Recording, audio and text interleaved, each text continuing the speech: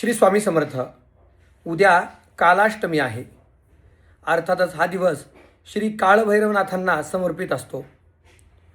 आपल्यावर जर शत्रुपीडा असेल किंवा ग्रहपीडेचा त्रास होत असेल, तसेच लहान मुलांना झोपेमध्ये स्वप्न पडत असतील, लहान मुलं खूप जास्त रडत असतील, दृष्ट लागत असेल वारंवार, आणि आपल्याला जर मानसिक त्रास होत असेल, तर उद्या आपण पुढीलप्रमाणे जर उपाय केला तर सर्व प्रकारच्या बाधापीडा आपल्या घरामधून नष्ट होऊ शकतात. कारण कालभैरवनाथांमध्ये खूप जास्त सामर्थ्य आहे आणि खूप मोठी शक्ती आहे. त्यामुळे आपण काय करायचं आहे, सकाळी आंघोळ करून एका ग्लासामध्ये पाणी घ्यायचं आहे. त्याच्यामध्ये थोडासा उदबत्तीचा अंगारा घालायचा आहे.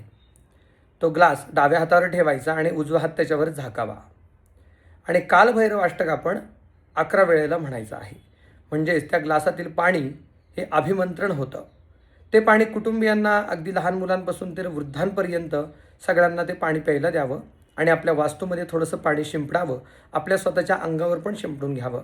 याने एकतर आपले आजारपणं दूर होतील, तसेच आपल्यावर कोणत्याही प्रकारची पीडा बाधा परिणाम करणार नाही आणि शत्रुपीडा झपाट्याने कमी होईल. त्यामुळे उद्या हा उपाय करायला विसरू नका. श्री स्वामी समर्थ. जय जय स्वामी समर्थ.